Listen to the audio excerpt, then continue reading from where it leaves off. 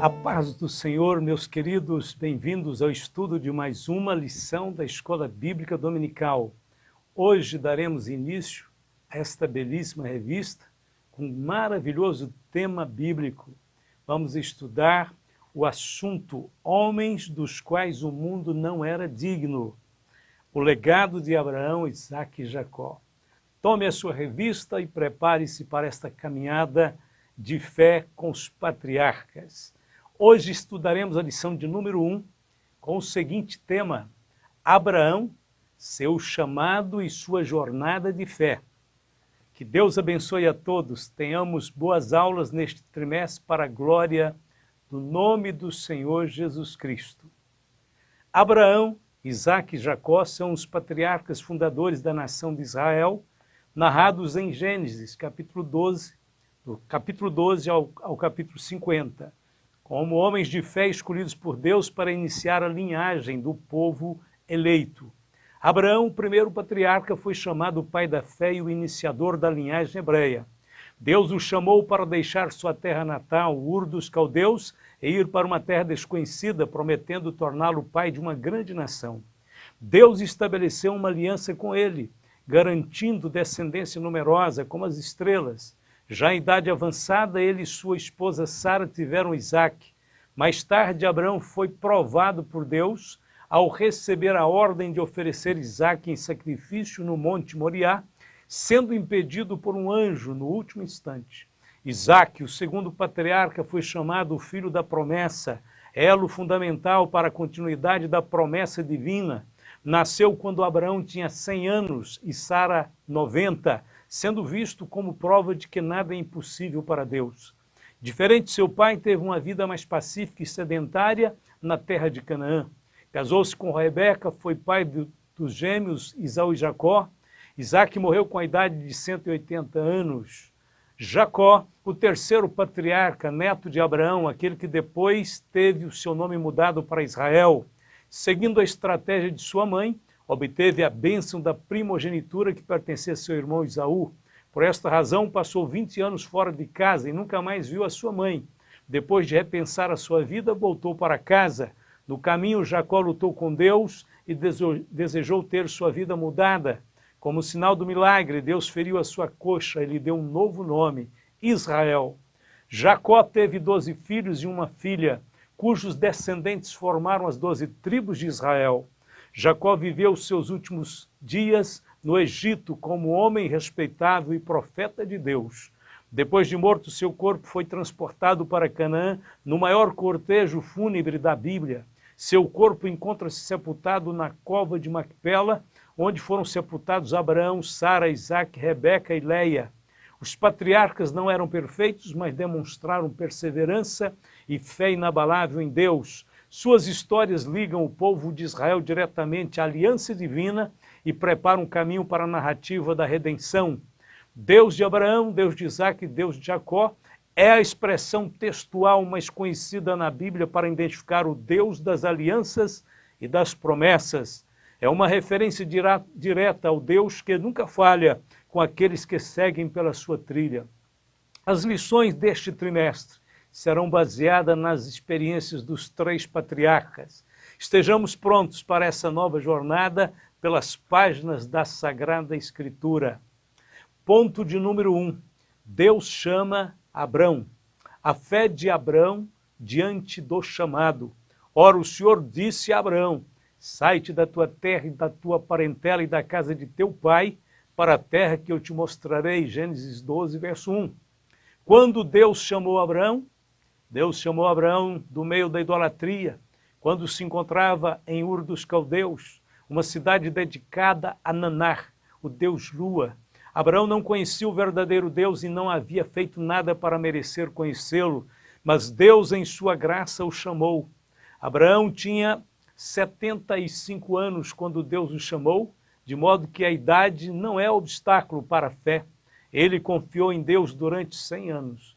E hoje podemos aprender com sua experiência como andar pela fé e viver de modo agradável a Deus. Abrão era casado com Sarai, sua meia-irmã, e não tinham filhos. Mesmo assim, Deus usou este casal para fundar a grande nação de Israel. uma prova de que para Deus não há o impossível. O Senhor disse em Isaías 51, verso 2, olhai para Abraão, vosso pai, e para Sara, que vos deu a luz, porque sendo ele só, eu o chamei e o abençoei e o multipliquei. Isaías 51, verso 2. Porque Deus chamaria um casal com tão poucas possibilidades como esse para uma tarefa tão importante? Paulo dá a resposta em 1 Coríntios 1, 27 e 29.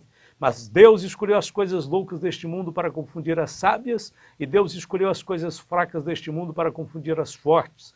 E Deus escolheu as coisas vis deste mundo e as desprezíveis e as que não são para aniquilar as que são, para que nenhuma carne se glorie perante ele. 1 Coríntios 1, 27 e 29. O ser humano recusou-se a glorificar o verdadeiro Deus, colocando os ídolos mudos em seu lugar. A idolatria levou à imoralidade e à indecência e não demorou muito para que o mundo inteiro se corrompesse. Deus chamou Abraão para estabelecer por meio dele o modelo de um novo princípio de vida, o viver pela fé e pela obediência. Pois que diz a Escritura, creu Abraão em Deus, isso lhe foi imputado como justiça.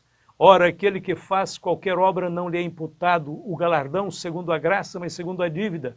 Mas aquele que não pratica, porém crê naquele que justifica o ímpio, a sua fé lhe é imputada como justiça. Romanos 4, versos 2 a 5. Como aconteceu a chamada de Deus para Abraão? Não sabemos exatamente como foi, porém acreditamos que foi algo espantoso e sobrenatural, porque ninguém sairia de sua casa e da casa de seu pai para um lugar desconhecido se não fosse convencido pela manifestação da glória de Deus. Estevão simplesmente disse, varões, irmãos e pais, ouvi, o Deus da glória apareceu a Abraão, nosso pai, estando na Mesopotâmia, antes de habitar em Harã, e disse-lhe, sai da tua terra, dentre a tua parentela, e dirige-te à terra que eu te mostrar. Então saiu da terra dos caldeus e habitou em Harã, e dali depois que seu pai faleceu, Deus o trouxe para esta terra em que habitais agora. Atos 7, 2 a 4. A revelação de Deus deve ter mostrado a Abraão a vaidade e a insensatez da idolatria de Ur. Quem iria querer adorar um ídolo morto depois de ter encontrado com Deus vivo? Abraão foi desafiado a se separar da corrupção ao seu redor e ele obedeceu. A fé verdadeira baseia-se unicamente na palavra de Deus. Ao dizer sim para o chamado de Deus, Abraão teria que enfrentar as seguintes barreiras. Primeiro, não havia caminhos adequados para as grandes viagens. Segundo, os poucos caminhos que existiam geralmente estavam infestados de salteadores e animais ferozes. Terceiro, havia escassez de água, sol escaldante de dia e frio de noite. Abraão não tinha mapas e nem instrumentos para saber para onde devia ir. Abraão só tinha a voz de Deus, indicando-lhe o caminho. Abraão deixou a terra idólatra de Ur dos caldeus e seguiu as pisadas do Todo-Poderoso pela fé. Pela fé, Abraão, sendo chamado, obedeceu, indo para um lugar que havia de receber por herança, e saiu sem saber para onde ia, aos Hebreus 11, verso 8. Onde estaríamos hoje, se Abraão e Sara não tivessem confiado em Deus? A obediência de Abraão e Sara propiciaram ao mundo a nação judaica, a Bíblia e o Salvador. Por que Deus chamou Abraão?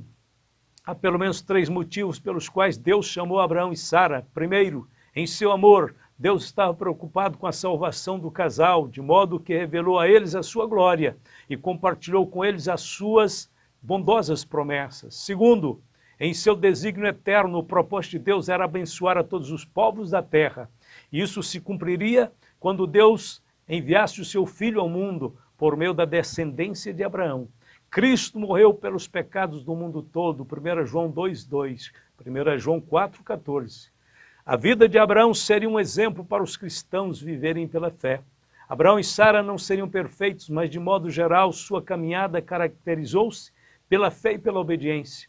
Nunca se apartaram do Senhor. Quando pecaram, sofreram por isso e o Senhor mostrou-se pronto a perdoá-los. Segundo George Morrison, a vida cristã vitoriosa é sempre uma série de recomeços.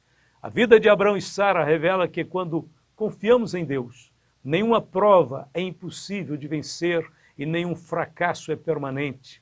A promessa para Abraão, e far-te-ei uma grande nação e abençoar-te-ei e engrandecerei o teu nome e tu serás uma bênção. Gênesis 12, verso 2.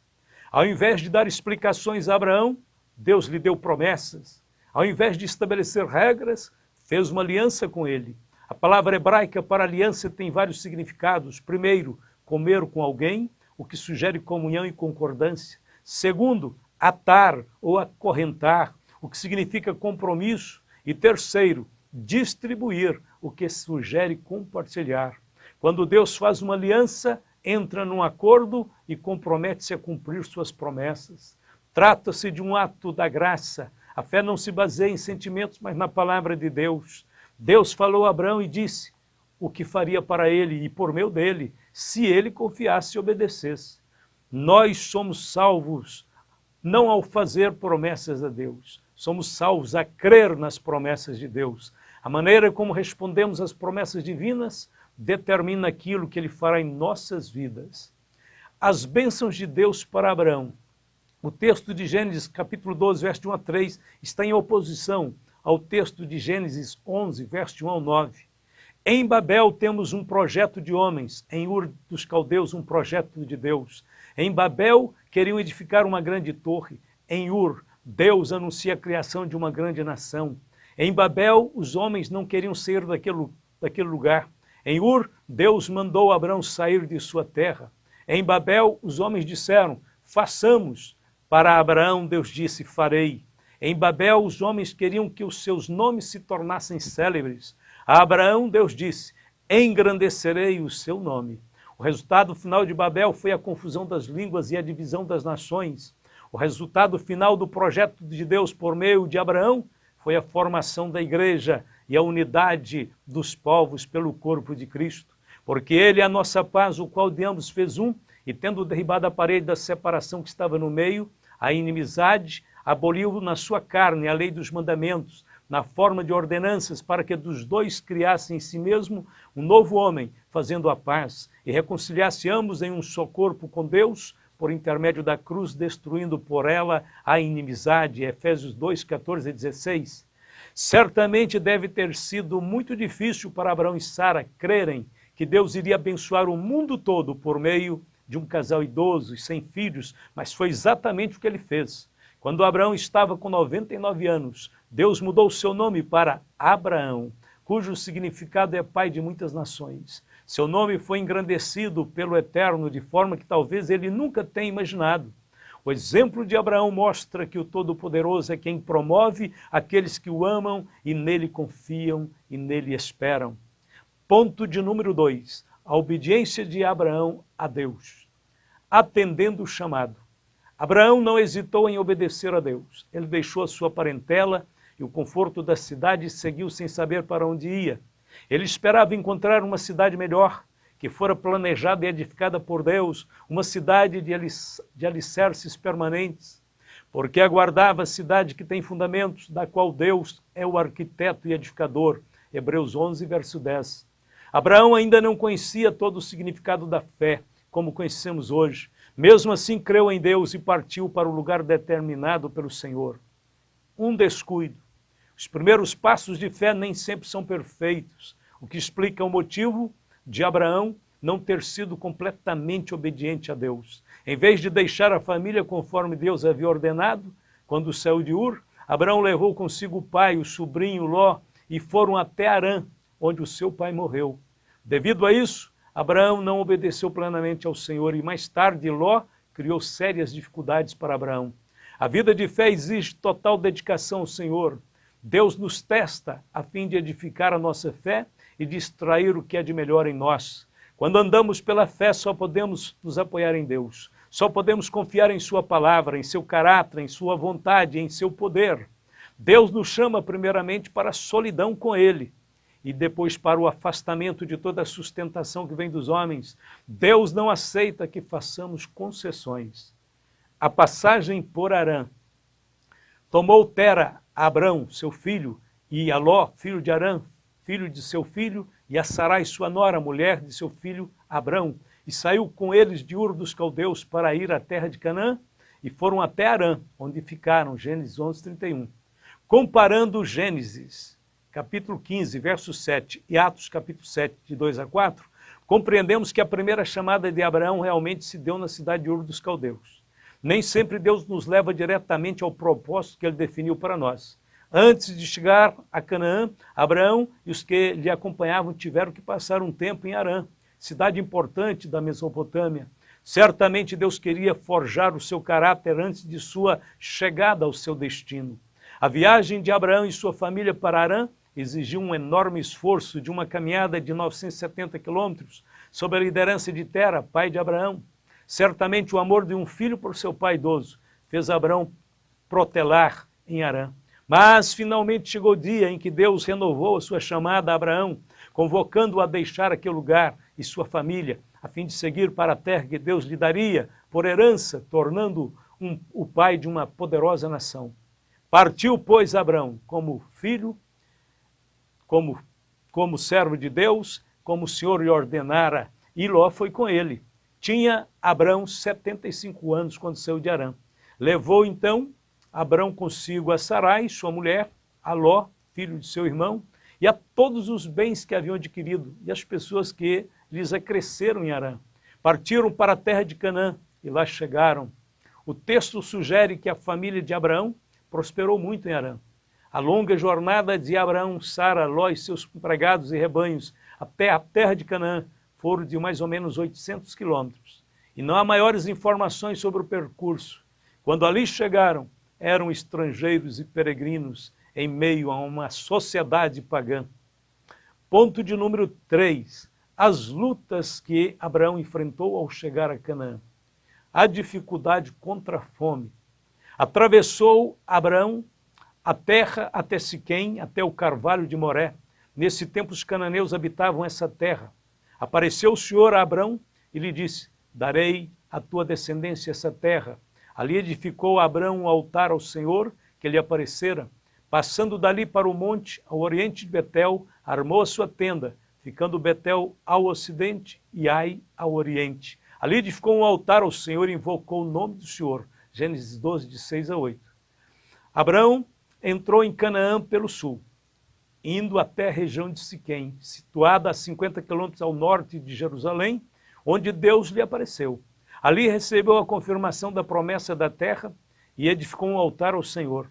Depois seguiu Abraão dali, indo sempre para o Neguebe. E havia fome naquela terra. E desceu Abraão ao Egito para peregrinar ali, porquanto a fome era grande na terra. Gênesis 12, 9 e 10. Essa é a primeira fome registrada nas Escrituras. Abraão possuía muitos empregados e rebanhos que dependiam dele. Era impossível sobreviver sem o alimento básico. Eram necessárias algumas toneladas de grãos e de rações diárias para alimentar toda a sua comitiva. Imagine quão terrível provação aguardava Abraão na terra prometida. A obediência a Deus não nos isenta das provações. Diante dessa situação, desceu Abraão ao Egito. A palavra de Deus a Isaque, mais tarde, em circunstâncias semelhantes, nos leva a crer que não era vontade de Deus que Abraão descesse ao Egito. Havia fome na terra, além da primeira fome, que foi nos dias de Abraão. Por isso foi-se Isaque, Abimeleque, rei dos filisteus, em Gerar. E apareceu-lhe o Senhor e disse: não desças ao Egito, habita na terra que eu te disser. Peregrina nesta terra e serei contigo e te abençoarei. Porque a ti e à tua semente darei todas estas terras e confirmarei o juramento que tenho jurado a Abraão teu pai. Gênesis 26, de 1 a 3. Portanto, é claro que Deus não queria que Abraão descesse ao Egito. Há dificuldade de ir para o lugar certo. Achamos estranho que Deus tenha tirado Abraão de sua terra para trazê-lo a um lugar em que havia escassez. No entanto, Abraão estava na direção certa, pois o Todo-Poderoso não erra. Ao que tudo indica, no Egito, terra da idolatria de tantos deuses estranhos, havia fartura de pão. Sabemos que a terra de Canaã era um lugar frutífero também. Porém, ocasionalmente, por algumas razões, surgiu uma seca severa e com ela fome. Tempos depois, a história repetiu-se, quando os filhos de Jacó, neto de Abraão, tiveram que ir buscar socorro no Egito, quando José governava. Pedro comparou as provações do cristão ao processo de fogo para refinar o ouro. Para que a prova da vossa fé é muito mais preciosa do que o ouro que perece, e é provado pelo fogo, se acha em louvor e honra e glória na revelação de Jesus Cristo. 1 a Pedro 1,7. A fé que não pode ser provada também não pode ser confiável. O patriarca Jó usou a mesma figura de linguagem quando declarou: mas ele sabe o meu caminho, prove-me e sairei como ouro. Jó 23, verso 10. O propósito de Deus ao permitir as provações não é apenas avaliar nossa fé, mas também a purificar e remover dela toda a escória. Deus sabe que tipo de fé nós temos, mas nós não sabemos.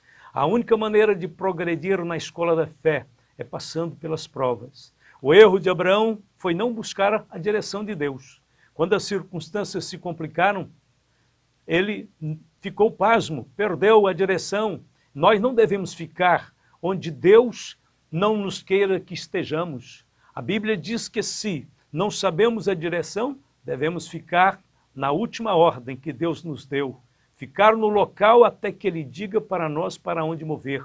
A fé sempre nos coloca no rumo certo, no rumo da paz, da esperança, mas a incredulidade nos leva à inquietação e ao medo.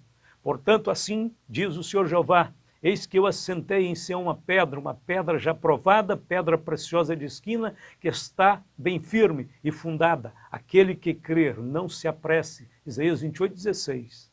Deus tem o controle sobre todas as circunstâncias. Estaremos mais seguros no deserto, onde há fome, dentro da vontade de Deus, do que no jardim, onde há comida e muitas vezes estamos fora da vontade de Deus. Alguém disse muito bem: a vontade de Deus jamais o conduzirá a um lugar em que a graça de Deus não possa guardá-lo. Portanto, o teste das circunstâncias pode afastar alguém temporariamente da vontade de Deus. Há dificuldade em falar a verdade. E aconteceu que, chegando ele para entrar no Egito, disse a Sarai, sua mulher: ora, bem sei que és mulher formosa à vista, e será que quando os egípcios te virem, dirão: esta é a sua mulher? E matar-me-ão a mim, e a ti te guardarão em vida. Diz: peço-te que és minha irmã, para que me vá bem por tua causa, e que viva minha alma por amor de ti. Gênesis 12, de 11 a 13. Abraão e Sara trouxeram consigo de Ur uma meia-verdade e usaram-na no Egito e em Gerar. Mais tarde, o seu filho Isaque adotou o mesmo esquema. Abraão deixou de confiar e começou a temer. Deixou de proteger Sara, sua esposa, a fim de proteger a si mesmo, expondo-a ao risco, ao perigo da prostituição. Abraão deveria ter pensado primeiro na esposa e não em si mesmo. O marido fora da vontade de Deus pode causar inúmeros problemas para a esposa e para a família. Deus havia chamado Abraão para ser uma bênção às nações. No entanto, por causa da desobediência de Abraão, o faraó e sua casa receberam um julgamento. Feriu, porém, o Senhor a faraó, porém, com grandes pragas, e a sua casa por causa de Sarai, mulher de Abrão. Então chamou faraó a Abrão e disse: que é isto que me fizeste? Por que não me disseste que ela era tua mulher? Por que disseste a minha irmã? De maneira que a houvera tomado por minha mulher. Agora, pois, eis que tua mulher, toma e vai-te. E Faraó deu ordens aos seus varões a seu respeito, e acompanharam-no, a ele e a sua mulher e a tudo o que tinha. Gênesis 12, 17 a 20. Deus interveio ferindo a Faraó e sua casa com pragas, para que Sara pudesse ser preservada e assim suas promessas se cumprissem através deles. Deus perdoou Abraão, mas tudo o que recebera no Egito trouxe-lhe grandes complicações. Por causa das riquezas que recebeu no Egito, Abraão e Ló não puderam mais viver juntos e precisaram se separar.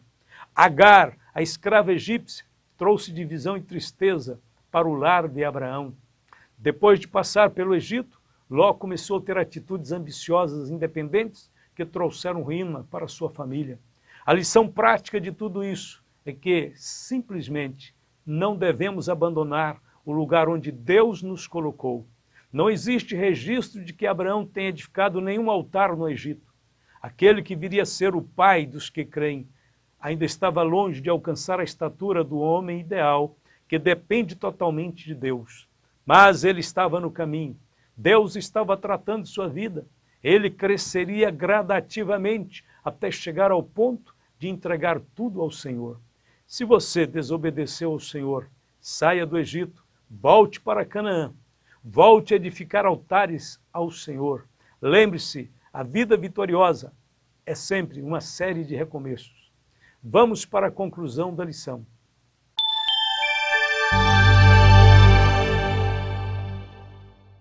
Abraão foi o primeiro patriarca, chamado o pai da fé e o iniciador da linhagem hebreia. Quando Deus o chamou, vivia em Ur dos Caldeus, na Mesopotâmia. Deus fez uma aliança com ele, prometendo-lhe uma terra e uma descendência numerosa como as estrelas. O seu contato inicial com a terra de Canaã não foi muito animador, visto que havia fome na terra. A sua decisão de descer ao Egito não foi dirigida por Deus. Abraão deixou de confiar e começou a temer. Deixou de proteger Sara, sua esposa, a fim de proteger-se a si mesmo, expondo-a à prostituição. Abraão falhou, mas pela misericórdia divina foi restaurado e continuou no projeto de Deus para se tornar o pai de uma grande nação. Que o Senhor seja louvado e que a bênção dele esteja com a sua vida. Vamos orar e vamos agradecê-lo. Querido Deus, Pai Todo-Poderoso, em nome de Jesus, te louvamos por esta linda história, por esta revelação profunda e poderosa que nos chegou através da vida de Abraão. Ó Deus querido, queremos aprender muitas coisas nesta nova série de lições, queremos ser transformados, queremos ser, Deus, aperfeiçoados em temor, em obediência, em fé. Abençoe tua igreja, Senhor, no nosso imenso Brasil.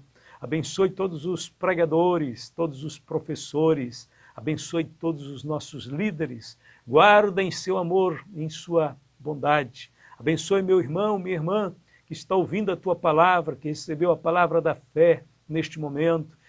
Acende neste coração uma chama de zelo, de amor, de fervor. Dá, Senhor, a cada um dos meus irmãos a virtude do Espírito Santo, a fé perfeita em Deus. Concede, Senhor, que todos os meus queridos irmãos sejam fortes, sejam constantes e perseverantes na fé. A fé que o Senhor plantou no coração de Abraão, que chegou até nós. Esta fé perfeita em Deus, que vence o mundo, que vence as provas, que vence a dúvida, que vence o medo. Em nome de Jesus é que nós oramos a Ti, rogando todas estas bênçãos sobre todos os Teus servos, hoje e sempre todos podem dizer amém e amém.